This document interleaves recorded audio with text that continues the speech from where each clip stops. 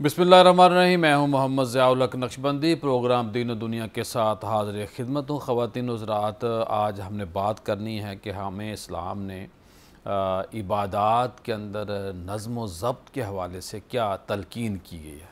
अब देखिए कि इस्लाम का ये एक बहुत खूबसूरत चेहरा है, खूबसूरती है, ब्यूटी है, पावर है कि हर नमाज का एक टाइम है।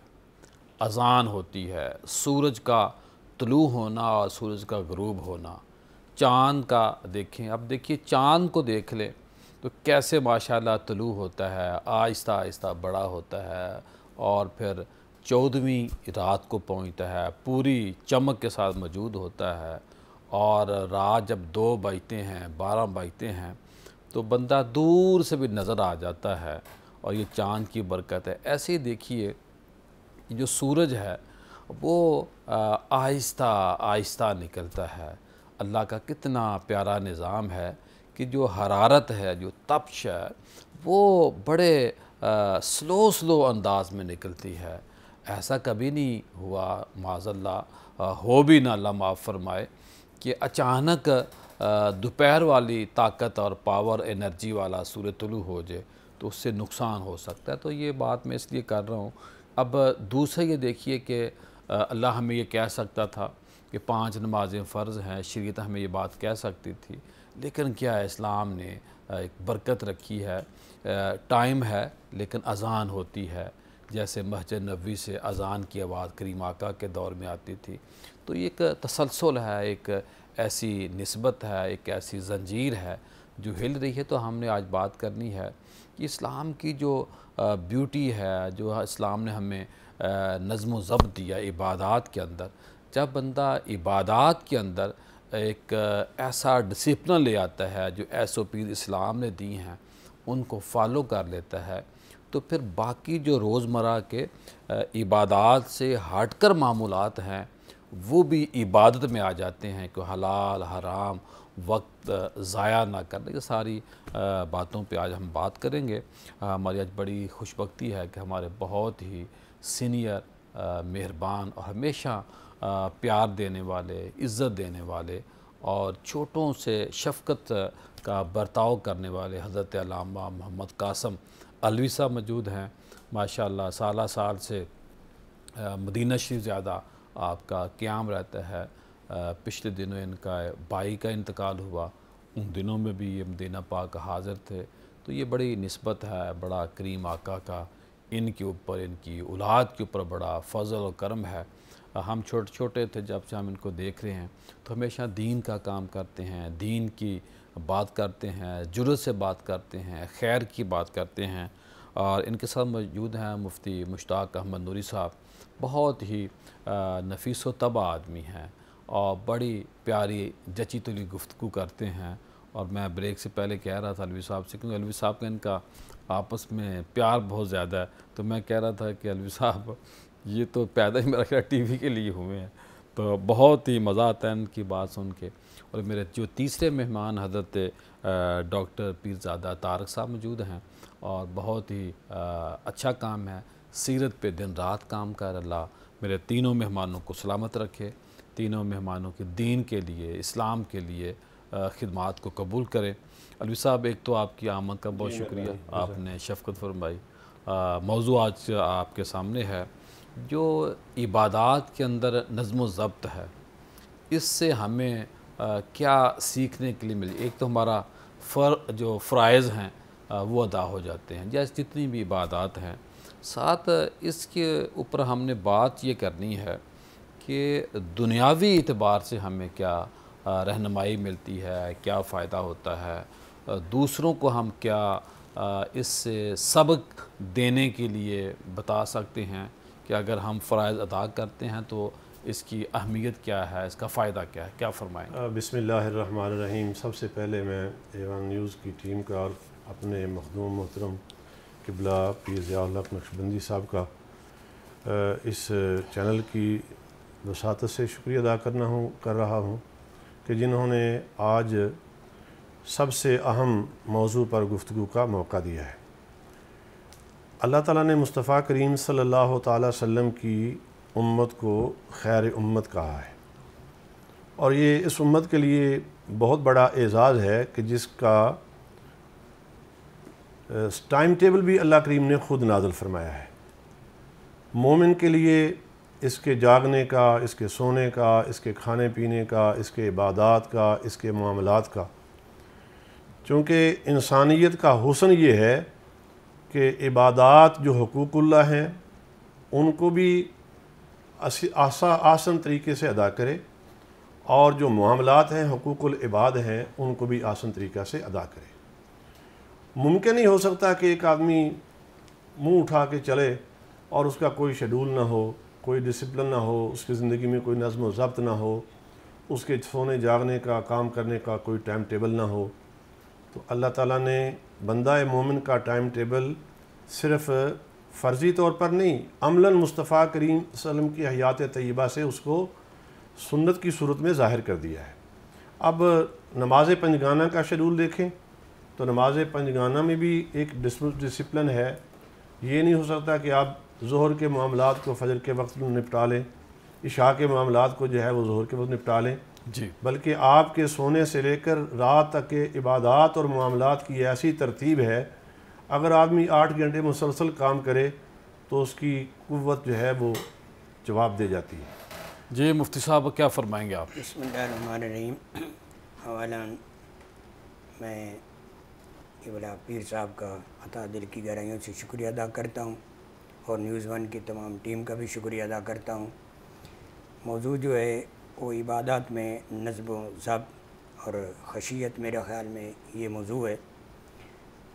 इबादत में ये अब्द से निकला है और अब्द बंदगी को कहते हैं, और बंदा अगर बंदगी में है तो बंदा है, और अगर बंदगी में नहीं है तो इंसान हो के भी इंसान नहीं है। सुभान अल्लाह। उसमें और फिर जानवर में कोई फ़र्क नहीं है। अब बात यह है कि इबादत ही सिर्फ जो हम समझ रहे हैं कि नमाज, रोज़ा, हज, ज़कात यही इबादत हैं, नेकी का हुक्म करना, बुराई से रोकना, बल्कि बाद सूफिया ने ये कहा है कि बुराई से रोकना ये मुश्किल है। नेकी तो एक आदमी जाता है, वुज़ू करता है, नमाज पढ़ लेता है, मुँह भी धो लिया, काम कर लिया, लेकिन बुराई से रोकना ये हर दौर में मुश्किल रहा है।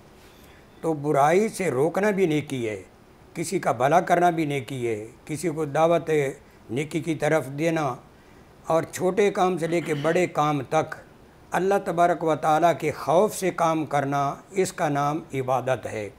और अगर अल्लाह का खौफ और डर नहीं है तो फिर इबादत नहीं है, सिर्फ जो है वो फिर हम रूटीन में साल हो गए जो है नमाज पढ़ते हुए, आज तक हमें जो है उसके अंदर खुशू भी नहीं पैदा हुआ, और उसके अंदर हम जो है उसी रूटीन के अंदर पढ़ के जनाब उसके एक वसाल की नमाज नहीं है, हम रोज़ाना की नमाज के लिहाज से पढ़ लेते हैं जी। रहेगी बात नज़्म व ज़ब्त की, तो नज़म के मानी परोने के हैं, इकट्ठा करने के हैं, और एक लड़ी में आने के हैं, और ज़ब्त के मानी रोकने के हैं, यानी अपने आप को उन उमूर के अंदर जिनके अल्लाह तबारक व तआला जिनके अंदर हमें परो दिया, रख दिया है, उसके अंदर आ जाना, और जिनसे रोक दिया है उससे रोक जाना, ये नज़्म व ज़ब्त है। इस्लाम के अंदर पूरे के पूरे दाखिल होने का फ़ायदा ये बिल्कुल, ये इस्लाम में पूरे का पूरा दाखिल होना, ये तो अल्लाह तबारक व तआला इरशाद फरमा रहा है ना कि इस्लाम में पूरे के पूरे दाखिल हो जाओ। तो दाखिल होने के लिए असूल और तरीक़ा तो वही है जो अल्लाह और उसके रसूल ने बयान किया है। अब उसमें ये जो हम कहें कि सिर्फ नमाज, रोज़ा, हज, ज़कात ही इबादत का नाम है, तो ये नहीं है, बल्कि इबादत जो है एक पत्थर रास्ते से हटाना ये भी इबादत है, एक जो है कांटे हटा देना ये भी इबादत है, एक जो है किसी को गाली ना देना, उसकी गाली सुन के बर्दाश्त करना, ये सारी इबादत के अंदर चीज़ें शामिल हैं। अब हमें जो है देखना उसमें नज़्म व ज़ब्त क्या है। तो जब हर चीज़ अपने एक तरीक़ाकार के मुताबिक चलती है तो इंसान उस तरीके के ऊपर चले जिस पर रब लम यसल ने फरमा दिया कि नमाज वक़्त पर पढ़ो, हमें वक़्त पर पढ़नी चाहिए, रोज़े रखने के औकात हैं, हज करने के औकात हैं, इसी तरीके के ऊपर हमने शादी ब्याह के औकात मुकर्रर किए हैं। तो एक जो है तरीक़ाकार है, उसके मुताबिक नज़्म व ज़ब्त के मुताबिक चलना चाहिए। अगली बात खशियत की है, तो ये उसके लिए पैदा होगी जो अल्लाह तबारक व तआला का खौफ रखता है जी। इस सैयदना अबू बकर सिद्दीक़ फरमाते हैं कि अगर आदमी के अंदर निफाक ना हो तो खशियत जो है वो निफाक वाली से बचना चाहिए। और हज़रत उमर फरमाते हैं कि ऐसी खशियत जो है होनी चाहिए कि सिर्फ खौफ अल्लाह तबारक व तआला अल्लाह। और हज़रत अली शेर खुदा फरमाते हैं कि डर होना दिल के अंदर, ये खशियत का नाम है। अब ये सारी बातें मिल के इंसान बनता है, और अगर ये चीज़ें नज़्म ज़ब्त से निकल गया है तो वो इंसान नहीं है। डॉक्टर साहब क्या फरमाएंगे, जब बंदा नज़्म ज़ब्त का मुजाहरा करता है, पूरी ताकत एनर्जी लगा लेता है, तो जो लिल्लाहियत पैदा होती है कैसे पैदा हो सकती है, हो जाती है, फ़ायदा क्या है, क्या फरमाएंगे? इसमें रब्बी मोहम्मद करीम अलैहिस्सलातु तस्लीम, सबसे पहले तो यादावरी का शुक्रिया। और यकीनन आज का उन्वान जो है ये भी ज़िंदगी के बहुत करीब है, और मैं ये समझता हूँ कि ज़िंदगी के दोनों कालिब जो हैं, एक ज़ाहिरात की ज़िंदगी और एक बवातिन की ज़िंदगी, इन दोनों के हवाले से मैं समझता हूँ इस उन्वान पर जितना गौर व फ़िक्र किया जाए, जितना इसकी तफ़हीम तक पहुँचा जाए, इतना कुर्ब इलाही का ज़रिया बन सकता है। और हमें ये इस तरह के मौज़ूआत को अपनी रोज़मर्रा की गुफ्तगू का हिस्सा बनाया जाना चाहिए, और इसके अंदर मौजूद वो जो खैर के लाफानी ख़जाने हैं उन तक रसाई की कोशिश करनी चाहिए। अल्लाह ताला आपके चैनल और आपकी सारी टीम और ज़िम्मेदारान की तौफ़ीक़ात में हारान बरकतें अता फ़रमाए। आमीन। इबादत का बुनियादी तसव्वुर हम सब जानते हैं कि जैसे कुरान हकीम में हमारी तख्लीक का मकसद अव्वल जो है वो परवरदिगार आलम ने ये बताया कि मैंने जिन्नो इंस को अपनी इबादत के लिए खल्क़ किया है। अब इबादत की क्या तारीफ़ हो सकती है जिसके लिए आपको, मुझे और अल्लाह ने सारे इंसानों और जन्नात को तख्लीक किया है। जब हम इस मामले को और इस अंदाज़ को समझना शुरू कर देंगे तो फिर हमें इबादत और उसके जो तकाज़े हैं उन तक रसाई आसान हो जाएगी। अब्द का तसव्वुर, इबादत के तसव्वुर को देखने के लिए कि इबादत से मुराद क्या है, उसके लवाज़िम करीने क्या हैं, उन्हें देखने के लिए अब्द का तसव्वुर कायम करना पड़ता है। और अब्द की तारीफ़ और तारुफ़ के तौर पर जो कायनात में सबसे नुमाइंदा हस्ती है वो सरकार ख़त्मी मरतबत सल्लल्लाहु अलैहि वसल्लम की हस्ती है। जिस वक्त सारी मखलूक़ात की नुमाइंदगी के लिए अल्लाह उनको मुंतखब करता है और अर्श पर अपनी मुनफरिद इज़्ज़तों के साथ नवाजना चाहता है, और सूरह असरा के अंदर जब उनका अहवाल, उस सफ़र का अहवाल बयान करना चाहता है, तो वो रसूल जिसे कुरान हकीम में परवरदिगार आलम कई पाकीज़ा नामों और अलकाबात से पुकारता हुआ नज़र आता है, अपने उस महबूब रसूल को उस सफ़र मेराज के अहवाल में अब्द कह के पुकारता है, यानी वो ख़ास अब्द। सो मैं जब भी इबादत का तसव्वुर ज़हन में कायम करता हूँ, मैं ये समझता हूँ कि रसूल अल्लाह सल्लल्लाहु अलैहि वसल्लम की पूरी ज़िंदगी जो है वो एक इबादत का मजमू है। उसका हर आन जो है वो उसमें उससे फूटने वाली रोशनी जो है वो इबादत की मिसदाक है। और इबादत को क्योंकि रूह की ग़िज़ा तसव्वुर किया जाता है, और सूफिया ने क्या खूबसूरत बात कही कि जो बेहतरीन ग़िज़ा वो होती है जो आपके जिस्म में जज्ब हो जाए। इसका मतलब ये है, जैसे हम आम ज़िंदगी में जिस्मानी ग़िज़ा के अतबार से भी जब देखते हैं तो यही बेहतरीन तकाज़ा हम तक पहुँचता है कि वो ग़िज़ा बेहतरीन है जो जिस्म में जज्ब हो जाए। और मैं ये समझता हूँ कि इबादत क्योंकि रूह की ग़िज़ा है, इसलिए ये भी सबसे बेहतरीन वो इबादत तसव्वुर होगी जो आपकी रूह के अंदर जज्ब हो जाए और आपके मिजाज में, आपके शऊर में, आपके लाशऊर में उसकी रोशनी जो है वो बरकत देना शुरू करे। फ़ायदा ये होता है कि मैंने एक जगह पढ़ा था, गालबन दाता साहब के शेख साहब थे, तो कहीं आंधी तूफ़ान था, ये कन्फर्म नहीं कि वाक़या किसी सूफी बुज़ुर्ग का ही है, तो सफ़र में थे तो बारिश हो रही थी, तो आपने देखा कि जो आपके शेख हैं उनके ऊपर ना बारिश हो रही है और ना उनको जो दलदल होती है वो नहीं बन रही, जो कीचड़ जिसको हम कहते हैं। तो उन्होंने अपने शेख से पूछा कि यार शेख ये क्या मामला है कि मैं तो बड़ा मुश्किल में हूँ, इस रात की तारीकी में शदीद बारिश हो रही है और आपके ऊपर ज़रा भी उसकी मुश्किल से आपको गुज़रना नहीं पड़ा। तो आपके शेख ने आगे से जवाब दिया था कि ए मरीद सादिक, जब से हमने दुनिया का खौफ दिल से निकाल दिया, जब हमने लिल्लाहियत का वो मुकाम हासिल कर लिया है, तो उसके बाद ये आंधी तूफ़ान बारिश जो है मेरी शख्सियत के ऊपर, मेरे ऊपर असर नहीं करती। तो ये असल में सूफिया का बहुत बड़ा सबक है कि जो हमें उन्होंने दिया। प्रोग्राम का सिलसिला जारी है, मिलते हैं मुख्तसर ब्रेक के बाद।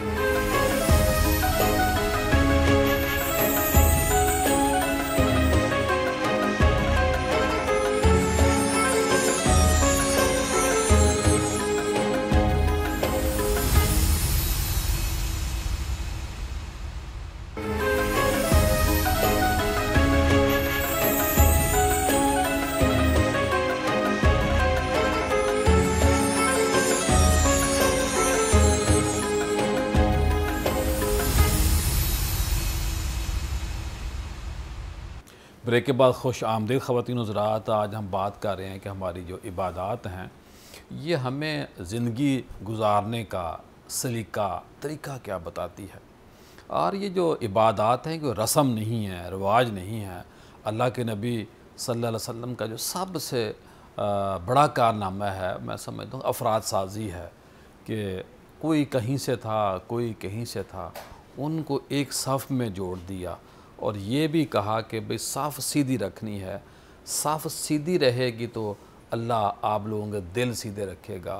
फिर स्टिक लेके करीम आका का सफ़ों को सीधा करना, फिर एक पूरा नज़म है, ज़ब्त है कि भाई शूज़ कहाँ उतारने हैं, वज़ू कहाँ पर करना है और किस नमाज को किस टाइम अदा करना है, सुन्नत कैसे पढ़ने हैं, फ़राइज़ कैसे, फ़र्ज़ जो इबादत है जो नमाज है वो कैसे अदा कर, नवाफ़िल का क्या तरीका है, पढ़ लें तो सवाब है, नहीं पढ़ेंगे तो गुनाह नहीं होगा। तो बात हमने ये करनी है कि अल्लामा साहब कि हमें एक अच्छा इंसान कैसे बन सकते हैं।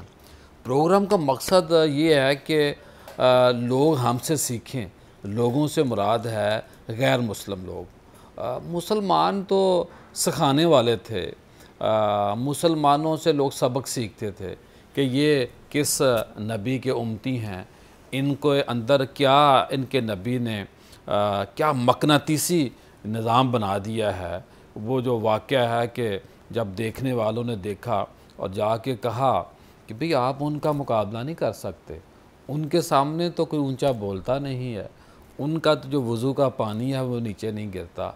यानी कि फिर उन्हीं सहाबा ने फतुहात का जो सिलसिला है, मेरा कई अंदर मेरे असल में इस वक्त बड़ी हरारत सी आई इस मौजू को लेके, क्योंकि मैं इस पे तकरीबन रोज़ बात करना चाहता हूँ।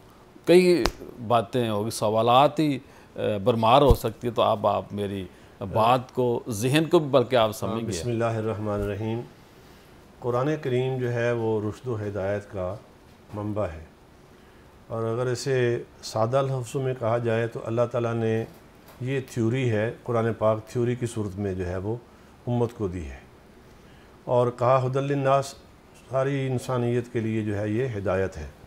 लेकिन हुदल लिल मुत्तकीन का कहा कि मंजिल मकसूद तक पहुँचाने वाला वही है जो इससे फ़ायदा उठाएगा। एक है रास्ता दिखाना, दूसरा है मंजिल पर पहुँचाना। ये रास्ता सबको दिखाता है, वाह, मंजिल किसी को, बड़ा अहम नुक्ता ये। और इसलिए जब हम कहते हैं इहदिनस सिरातल मुस्तकीम, इहदिनस सिरातल मुस्तकीम, अक्सर लोगों के ज़हनों में ये उलझन होती है कि एक नमाजी नमाज में खड़ा है फिर भी उस सिरातल मुस्तकीम की दुआ कर रहा है। वो बात वही है कि हिदायत दो तरह की है, एक है इरातुत तरीक़, दूसरा है इसाल अल मतलूब। अल्लाह करीम ने रुश्द व हिदायत का जो थ्योरेटिकल निज़ाम था वो कुरान की सूरत में दिया है और प्रैक्टिकल मुस्तफ़ा करीम की सूरत में दिया है। इसलिए अपनी इबादत में भी मुस्तफ़ा करीम की इताअत को करार दिया है। इबादत जो है वो सारी के साथ, इबादत क्या है, अब्द से मुश्तक है, और अब्द का मना ये अब्द दीगर, अब्द हो दीगर चीज़ें दीगर। अब जो आका अलैहिस्सलाम ने मकाम अब्दियत का जो कमाल दिखाया है, आका अलैहिस्सलाम ने अपनी हयात तैयबा में इबादात को भी और मुआमलात को भी अखलाक हसना का वो किरदार अदा किया है। अगर आप जैसे कहते हैं कि मेरे ज़हन में सवालात की एक भरमार है, अगर हम हज़रत ईसा अलैहिस्सलाम की हयात तैयबा में देखें कि आली ज़िंदगी तो उसमें मौजूद नहीं है, लेकिन मेरे करीम आका अलैहित्तहिय्यत व सना की आली ज़िंदगी ही इनकलाबी ज़िंदगी है। वाह, सरकार नबी करीम सल्लल्लाहु अलैहि वसल्लम की हयात तैयबा में देखा जाए 9 अज़वाज मुतहरात एक वक्त में सरकार की ज़ौजियत में है। अल्लाह, और सरकार नबी रहमत सल्लल्लाहु अलैहि वसल्लम मुख्तलिफ़ ख़ानदानों, मुख्तलिफ़ कबीलों, मुख्तलिफ़ इलाक़ों से उन लोगों को ये शरफ़ ज़ौजियत अता फरमा के इनकलाब जो है वो पूरी दुनिया में फैलाया है। और वो लोग जिन्हें बद्दू कहा जाता है उन्हें मुस्तफ़ा करीम सल्लल्लाहु अलैहि वसल्लम ने इंसानियत का रहनुमा बनाया। अल्लाह, कुछ सहाबा कराम ने कसम उठा ली कि हम अब खाएँगे ना पिएँगे, बस बिल्कुल छोड़ देंगे सब कुछ। आका अलैहिस्सलाम तशरीफ़ लेके फरमाया ये फ़लाँ कहाँ है, क्या रसूलुल्लाह, उन्होंने तो सब कुछ छोड़ दिया है। सरकार ने फरमाया ला रहबानियत फ़िल इस्लाम, सब कुछ छोड़ छाड़ने का नाम जो है वो इस्लाम नहीं है। इन्ना लिनफ़्सिका अलैका हक़्क़ुन व लिअहलिका अलैका हक़्क़ुन, तेरे अपनी जान का भी तुझ पे हक़ है और तेरे अहलो अयाल का भी इस पे हक़ है। वाह, और जो तवाज़ुन मुस्तफ़ा करीम सल्लल्लाहु अलैहि वसल्लम ने आपकी बल्कि अलवी साहब चीज़ें छोड़ना तो आसान काम है, चीज़ों को इख्तियार रख के उनको पकड़ के उनके अंदर मगन ना होना, ये सबसे बड़ी यही मसला है कि ये इस तरह रहे समंदर में कि कश्ती जो है वो समंदर के ऊपर हो, समंदर में बंदा रहे या बंदा खुश्क रहे। वाह वाह, ये है कि उससे ये दुनिया की जो आलाइशें हैं, मुश्ताक साहब क्या फरमाएंगे? यहाँ तक इस बात का ताल्लुक़ है कि हम अभी अब्द और नज़्म ज़ब्त के अंदर हैं। मौजूद नज़्म ज़ब्त है जी हमारा।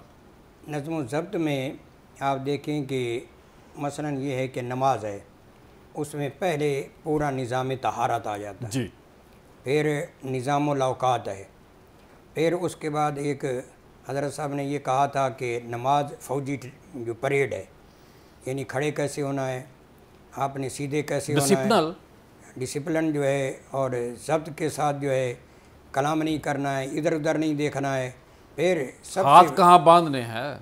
सबसे बड़ी बात यह है कि इत्तेहाद और इत्तेफाक ये हमें नमाज सिखाती है। अगली बात यह है कि ये जो मुआशरे के अंदर रहन सहन है ये भी वही पता चलता है। हल्की सी फ़र्द नमाज के अंदर गलती हो जाए तो उसका भी इस्लाम ने कहा ऐसे में आपने करना है। बिल्कुल उसके ऊपर भी है, लेकिन अमूमी तौर पे मैं बात कर रहा हूँ। मसलन ये जहरी बीमारियाँ हैं ना, तो उलमा ने लिखा है कि एक आदमी जो है वो थोड़ा सा सजदा लंबा कर ले तो उसको जो है ब्लड प्रेशर नहीं हो सकता है।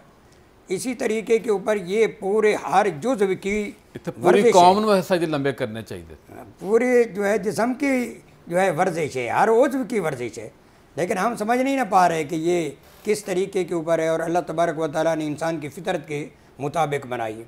और अगली बात यह है कि भला ये नमाज तो अपनी जगह के ऊपर रहेगी, कोई नमाज के बाद रोज़ा ले लें, हज ले लें, जिसके अंदर जिस्मानी क़ुव्वत भी है और इल्मी क़ुव्वत भी है। और कुरान ने जो ये कहा कि बसतन फिल इल्म वल जिस्म, जो अपने अंदर क़ुव्वत है ना वो इल्मी भी पैदा करो, जिस्मानी भी पैदा करो। जिसके अंदर इल्मी और जिस्मानी क़ुव्वत पैदा हो जाए ज़ब्त के साथ, वही दुनिया के ऊपर हुक्मरानी कर सकता है। वाह सुभान अल्लाह। जैसे उलमा ने कहा है कि अगर सिद्दीक़ अकबर नरम न होते, उमर सख्त न होते, उस्मान सखी न होते, अली बहादुर न होते, तो ये इनकलाब कैसे आता? जी जी बिल्कुल। मुख्तलिफ सलाहियतें जब जमा हो जाती हैं तो इनकलाब आ जाता है। तो ये नमाज, रोज़ा, हज, ज़कात, ये सारे का सारा निज़ाम, इसी तरह जो है आका करीम का जिहाद करना, जंगों के अंदर जाना। मशहूर भी है ना ये फ़लाँ जो बंदा पूरा पैकेज है, तो उसके अंदर तमाम खूबियाँ जिस बंदे के अंदर होती हैं वो बंदा ज़्यादा कारामद साबित हो सकता है। मैंने ये इब्तदा में कहा कि अगर उसके अंदर पहले बंदगी नहीं है तो फिर जो है वो इंसान तो कहलाने का हकदार नहीं है। जो मर्जी करे ऐसे तो नहीं कुरान ने कहा उलाइका कल अनाम बल मदल, तो कुरान ने आखिर कहा इंसान तो वो है जो एक निज़ाम के तहत है, और जब वो निज़ाम से निकल जाएगा तो फिर वो किस तरीके के ऊपर होगा। काफिर तो ठीक है कि इंसान होने के नाते हैं, लेकिन कुरान ने कहा कि ये मुर्दा हैं, हालांकि वो चलते फिरते हैं, वो देखते हैं। कुरान कह रहा है वो अंधे हैं, हालांकि वो देखते हैं। तो ये सारी की बातें जो है ये उनके लिए पैगंबर की बात को न मानना और अल्लाह को एक न मानना, रसूल की इताअत न करना, तो ये इंसान नहीं बल्कि वो जानवर हैं। इस बिना के ऊपर जो है कहा गया है कि बंदा जो है वो बंदगी में आए। जब एक मरतबा बंदा ये कहता है कि अपने रब को करता है या अल्लाह, तो 10 मरतबा कहे या अब्दी या अब्दी, फिर भी बंदे के अंदर इबादत और बंदगी ना है। जी डॉक्टर साहब, सवालात बहुत ज़्यादा मैं पहले सुना चुका हूँ, क्या फरमाएंगे आप? और ये मौजूद असल में है ही आपका बहुत सादा और बराह रास्त सी बात है जी। हम सबको सबसे पहले ये समझना चाहिए कि जिस निज़ाम हयात, दीन रहमत, इस्लाम की हम बात कर रहे हैं, ये कोई मज़हब नहीं है। मज़हब वो हुआ करता है जिसमें सिर्फ़ एतक़ादात और उर्फ़ियत में जिसे हम इबादत समझते हैं उसका निज़ाम पाया जाता है। ये ऐसा ख़ूबसूरत और जामे, हमेशा रह जाने वाला, इंसानियत का आखिरी आने वाला जो शख्स है, इस कबीले का आखिरी फ़र्द, उस तक के लिए हिदायत और रहनुमाई का सरचश्मा जिस निज़ाम ने बनना था, परवरदिगार आलम ने उसे दीन बनाकर भेजा और बतौर दीन पसंद फरमाया। और दीन क्या होता है, ये मेरे करीम आका सल्लल्लाहु अलैहि वसल्लम ने एक ऐसा खूबसूरत अपने उसवे की शक्ल में एक मिसालिया हमारे सामने छोड़ा जिससे हम तक ये ख़बर पहुँचती है कि ये ऐसा खूबसूरत निज़ाम हयात है कि इसके अंदर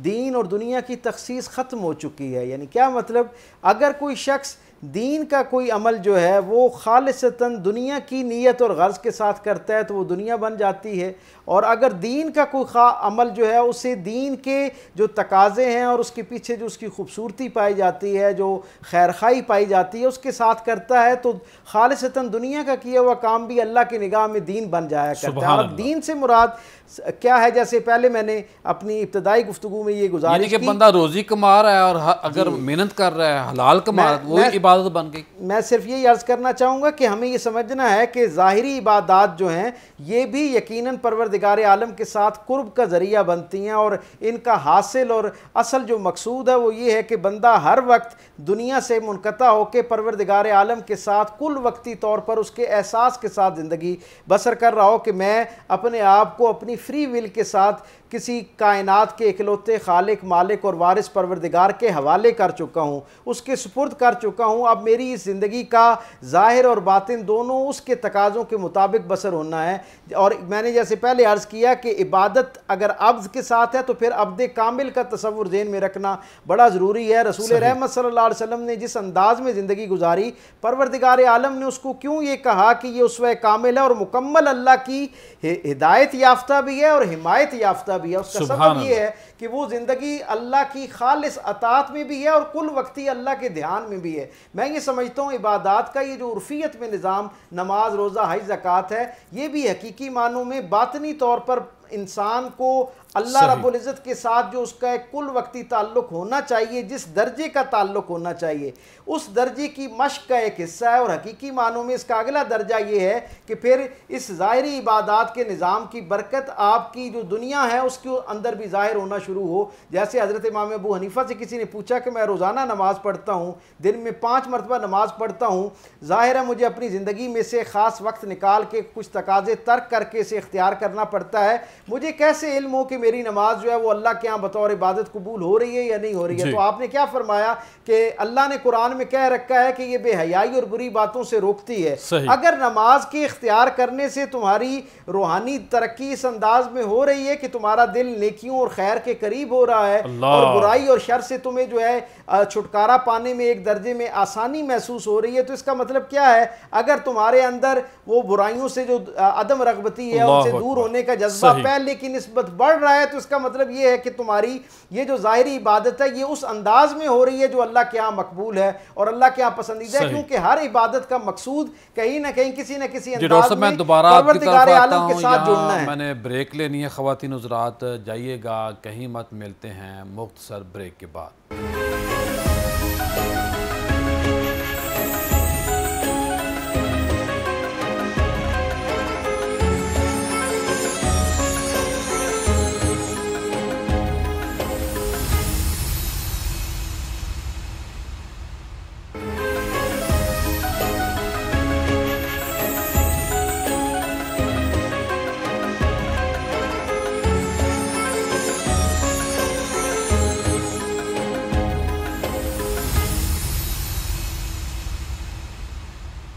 ब्रेक के बाद खुश आमदीद ख़वातीन हज़रात। आज हम बात कर रहे हैं कि इस्लाम ने जो हमें इबादत दी हैं, जो हम नमाज, हज, रोज़ा, ज़कात, फ़राइज़, नवाफ़ल, सुन्नत और रहन सहन, उठना बैठना, खाना पीना, इन तमाम चीज़ों के बारे में इस्लाम ने हमें सलीका बताया है।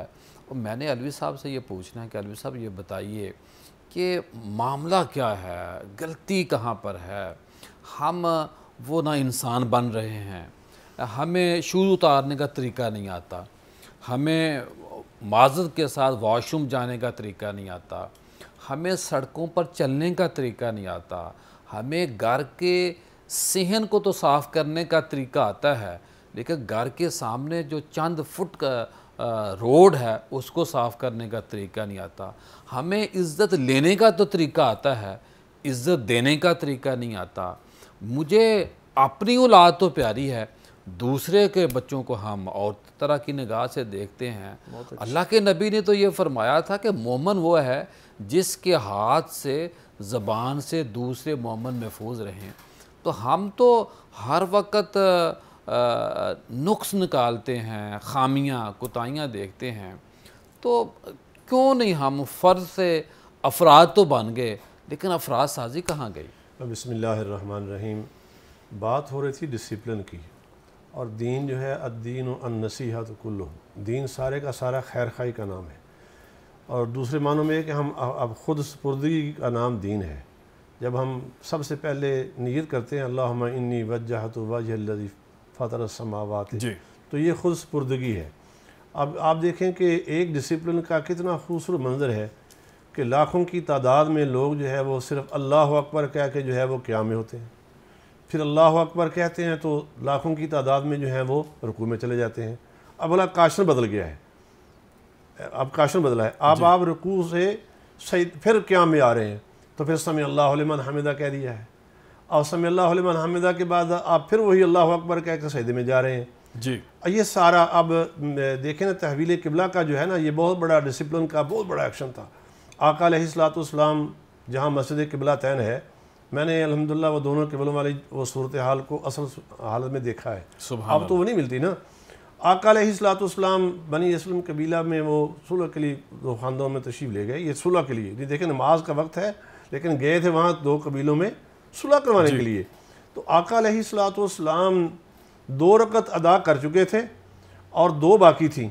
हुक्म आया तहवील किबला का, आका अलैहिस्सलाम ने फ़ौरन जो है वो मस्जिद अक़सा से रुख बदला और जो है वो बैतुल्लाह की तरफ कर दिया।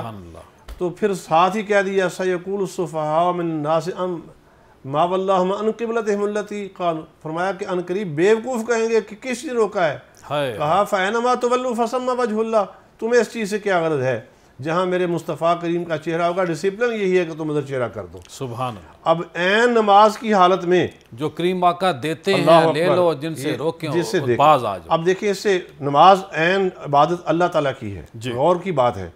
अल्लाह करीम ने फरमाया या अय्युहल्लज़ीना आमनुस्तजीबू लिल्लाहि वलिर्रसूल इज़ा दआकुम, ये डिसिप्लिन की एक ऐसी आला मिसाल है। आका अलैहिस्सलाम ने एक सहाबी को बुलाया और वो नमाज पढ़ रहे थे। मेरे करीम ने फरमाया लिमा तअख़रता या अबा सईद, अबू सईद देर क्यों की है। कहा कुन तो सल्ली या रसूलल्लाह, या रसूल में नमाज अदा कर रहा था, अल्लाह नमाज अदा कर रहा था। तो सरकार नबी रहमत सल्लल्लाहु अलैहि वसल्लम ने फरमाया क्या तूने ये नहीं सुना है? तो इस पे हजूर ज़िया उल-उम्मत ने लिखा है, जब करीम आका आवाज़ दे तो दौड़ो। हजूर ज़िया उल-उम्मत ने तफसीर ज़िया कुरान में लिखा है कि यहाँ दावत देने वाले 2 है, इस्तजीबू लिल्लाहि वलिर्रसूल, और उसके बाद जो दाआ का सीगा है मुफरद है। सही, दाआ का सीगा मुफरद है कि अल्लाह और उसका रसूल इज़ाद आकुम, जब वो तुम्हें बुलाए।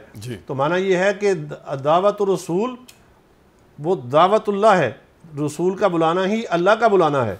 और फिर फरमाया कि हुक्म यह है कि तुम नमाज में नबी बुलाए, नमाज को वहीं रोक दो जहाँ छोड़ी है। नबी हुक्म दे बाज़ार में काम करके आओ, काम करके फिर हुक्म क्या है कि नमाज कहाँ से कहे कि जहाँ से छोड़ी थी वहीं से उसको, ये है डिसिप्लिन।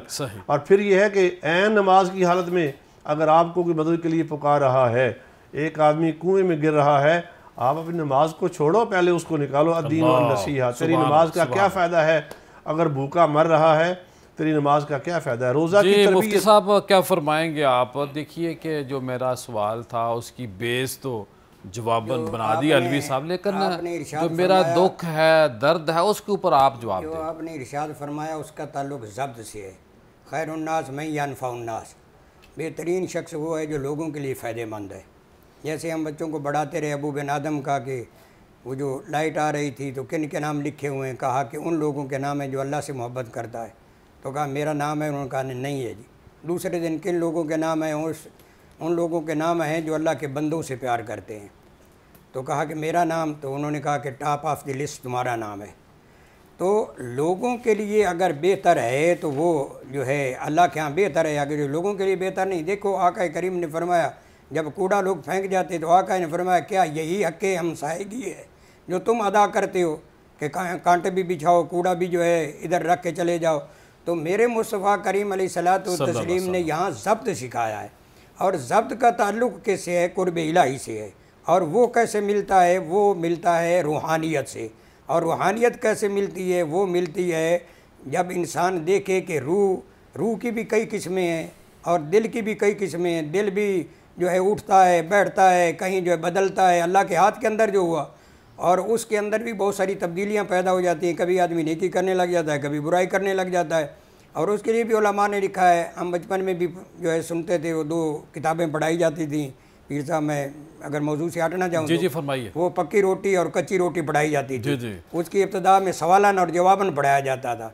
उसके अंदर एक सवाल ये था कि जो कोई पूछे तेरा ईमान बैठा है या खलोता है, तो आख जी जिद विच हया है ओदा ईमान बैठा है, जिद विच हया नहीं ओदा ईमान खलोता है। क्या बात है। तो इसी तरीके के ऊपर हम जो है हकीकत के अंदर ज़ब्त हमारे अंदर नहीं है, और अगर ज़ब्त आ जाए और हम समझ जाएं कि ये नेकी है ये बुराई है, और नेकी का नतीजा क्या निकलना है, बुराई का नतीजा क्या निकलना है, कुर्ब इलाही से दूर कैसे हो जाना है, तो फिर हम इस लाइन के ऊपर आएंगे कि ये सारे उमूर हम सर अंजाम दें जो इंसानियत के लिए फ़ायदेमंद हों।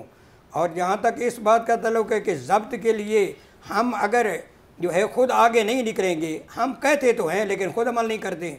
मैं अगर झाड़ू घर में से सफाई करा लेता हूँ, बाहर नहीं कराता। मैं अगर जो है कहता हूँ कि मुझे लोग पूछने के लिए आ जाएँ, अगर कोई बीमार हो जाए तो मैं पूछने के लिए ना जाऊँ। तो जो अपने ऊपर लागू होता है ना, वो दूसरों के ऊपर कर देना चाहिए, लेकिन हम जो है वो 2 नंबरी करते हैं। इसलिए चाहिए कि हम लोगों के लिए वही कुछ करें। जैसे आपने ये फरमाया कि ये है कि लोग जो हैं वो क्यों इस तरफ नहीं आते। जी, असल बात ये है जी, लोगों का ना आना इस बिना के ऊपर है कि एक तो वाकई डिसिप्लिन नहीं है और एक ज़ब्त नहीं है। मतलब ये है कि मैं इशारे पे रुक जाता हूँ, मैं कमज़ोर हूँ, मैं इशारे पे रुक गया। एक आदमी जा रहा है, वो नहीं रोक रहा है, वो कमज़ोर नहीं है, उसको पता है कि मैं अगर इसको खिलाफ वर्जी करूँगा तो क्यों कर रहा हूँ। जरा एक तो कानून की पासदारी होनी चाहिए, सख्ती होनी चाहिए, कानून पे अमल होना चाहिए, और दूसरा अखलाकी तरबियत होनी चाहिए। आज अखलाकी तरबियत नहीं है, और डंडा भी होना चाहिए तगड़ा सा। बिल्कुल जनाब, हज़रत उमर का कोई गुलाम होना चाहिए, बगैर इसके तो हो सकता ही नहीं है ना। हम कहें कि जी कानून किसी के गरीब के लिए और अमीर के लिए और मेरा ख्याल है उन जैसा तो अब कोई आ नहीं सकता, लेकिन जो उनका बनाया हुआ ज़ाब्ता कानून उसको हम फॉलो कर लें। जी डॉक्टर साहब क्या फरमाएंगे आखिर में आप? बहुत सादा सी बात जी, हम सब जानते हैं कि दीन का जो टोटलिटी में एक निज़ाम हम तक पहुंचता है वो कुर्बत इल्लाह की ख्वाहिश और तरबियत पर सारा मुश्तमिल है। अलमिया सिर्फ ये है क़िबला पीर साहब के हमारे यहाँ इबादत से मुराद नमाज रोज़ा हज ज़कात, उसे तो हम इबादत तस्वुर करते हैं, लेकिन दीन से वाबस्ता वो जो अमली ज़िंदगी के बाकी तकाज़े हैं, न जाने क्यों हम उन्हें इबादत के तौर पर अपनी ज़िंदगी में उस दर्जे की अहमियत नहीं दे पाते। आप तस्वुर कीजिए कि मेरे करीम आका सल्लल्लाहु अलैहि वसल्लम की पाकीज़ा ज़िंदगी से तो हम तक ये सबक मिलता है। अभी नज़्म ज़ब्त की बात हो रही है, डिसिप्लिन की बात हो रही है। रसूल अल्लाह सल्लल्लाहु अलैहि वसल्लम की पूरी ज़िंदगी के अंदर, मैं एक सीरत के तालिब इल्म के तौर पर 50 बरस के इस मुताले के नतीजे में उसका हासिल अपने सामीन और नाज़रीन के सुपुर्द कर रहा हूँ। हुजूर की पूरी ज़िंदगी जो है उसमें एक मरतबा भी ऐसा नहीं हमें नज़र आता कि हुजूर ने किसी चीज़ के लिए कोई वक्त मुकर्रर किया हो और बग़ैर किसी वजह के उस वक्त पर उस काम को ना शुरू किया हो या उसको मुकम्मल ना किया हो। हम हुजूर से मोहब्बत का इजहार तो बहुत करते हैं बेहमदी ताला, इसका अपना जो है वो एक बरकत है और उसके फ़वाइद हैं, इसकी अहमियत से कौन जी शऊर इनकार कर सकता है। लेकिन हम में से कौन ऐसा शख्स है जो ये नहीं जानता कि रसूल रहमत की मिजाज के अंदर नज़्म व ज़ब्त की क्या अहमियत मौजूद है, कि सरकार ख़त्मी मरतबत सल्लल्लाहु अलैहि वसल्लम तबीयत की नासाजी के बावजूद जब एक बात को तय कर लेते हैं कि सफ़र इख्तियार करना है तो असहाब के यानी इशारतन एक राय देने के बावजूद कि हुजूर आपकी तबीयत नासाज है, कुछ वक्त तवक्कुफ़ करके निकलते हैं। मेरे करीम आका सल्लल्लाहु अलैहि वसल्लम क्या इरशाद फरमाते हैं कि जब एक वक्त तय कर दिया है तो अल्लाह के यहाँ ये बंदे की तरफ से एक पसंदीदा बात के तौर पर शुमार की जाने वाला ये अमल है कि कोई शख्स अपने वक्त पर जो इरादा कर ले उसे उस वक्त पर शुरू करे और उस वक्त पर उसको मुकम्मल करे। हमारे यहाँ आप ख़ुद तसव्वुर कर लीजिए कि नमाज रोज़ा हज ज़कात जो है उसके लिए बेहमदी ताला कितनी बेहतरीन तरबियत मौजूद है, सूरज और चाँद के साथ जो हमारी तरतीब है। लेकिन वही उम्मत जो मस्जिद के अंदर किस आला दर्जे के नज़्म व ज़ब्त के साथ, जैसे अभी किबला फरमा रहे थे कि वो रुकू और सुजूद का एहतमाम करती है, वही लोग जब मस्जिद के दरवाजे पे बाहर पलटते हैं तो आप तसव्वुर कीजिए कि जूते पहनने के मरहले में ज़िंदगी में आगे जाकर इस डिसिप्लिन से क्या बरकत लेनी है। ये जो एक मस्जिद जिससे तब्दीली नहीं आ रही जी, वो उसका सबब यही है ना कि हमने मस्जिद के अंदर उस डिसिप्लिन को तो इबादत तसव्वुर कर लिया है, लेकिन मस्जिद से बाहर निकल कर इशारे पे रुकना जो है, दूसरे के लिए रास्ते को कुशादा करना, किसी और की तकलीफ़ या उससे खुशगुमानी का इजहार करते हुए कि कि शायद उसे कोई मजबूरी है, उसके लिए किसी दर्जे की आसानी पैदा करना, मैं समझता हूँ इससे, क्योंकि हमने उस अंदाज में इबादत के दर्जे पे नहीं तसव्वुर कर रखा, इस वजह से एक बहुत बड़ा तबका जो दीन से बहुत एलानिया मोहब्बत करता है, उस पर अमल करने की भी कोशिश करता है, वो मस्जिद के अंदर जो इबादत का एक निज़ाम है उसको तो पूरे खुशू खुजू के साथ, एहतमाम के साथ उसको जो है वो अदा करता हुआ नज़र आता है। रकतों की तादाद पर भी उसका ध्यान होता है, तिलावत की आयात पर भी ध्यान होता है, लेकिन इस सारी मश्क के अंदर वो जो रुजू इल्लाह है और अल्लाह की मखलूक के साथ इंसान का जो मामला है, उसमें जो एहतियातें और एक आदत बनाने के लिए इस डिसिप्लिन से गुजारा गया था, इस मश्क से गुजारा गया था, उसकी तरफ क्योंकि तसव्वुर कायम नहीं होता। महराबू मिंबर से भी माजरत के साथ इस अंदाज में इसकी ये जो खूबी है इबादत का ज़ाहिरी निज़ाम के अंदर जो खूबी है उसका नहीं बयान किया जाता, नतीजा ये होता है कि अमली ज़िंदगी में उसका नतीजा नज़र नहीं आता। डॉक्टर साहब बहुत शुक्रिया, बड़ी मेहरबानी, हमारी मजबूरी है, टाइम का इशू होता है। ख़वातीन हुज़रात, आज मौजू आपके सामने था, हमने अच्छा इंसान बनना है, और अच्छा इंसान जब बंदा बनता है तो फिर पीर करम शाह साहब जैसा बुज़ुर्ग बन जाता है, जिनको लोग ज़ियाउल उम्मत के नाम से पुकारते हैं। आज लाहौर शहर के अंदर ज़ियाउल उम्मत सेमिनार हुआ।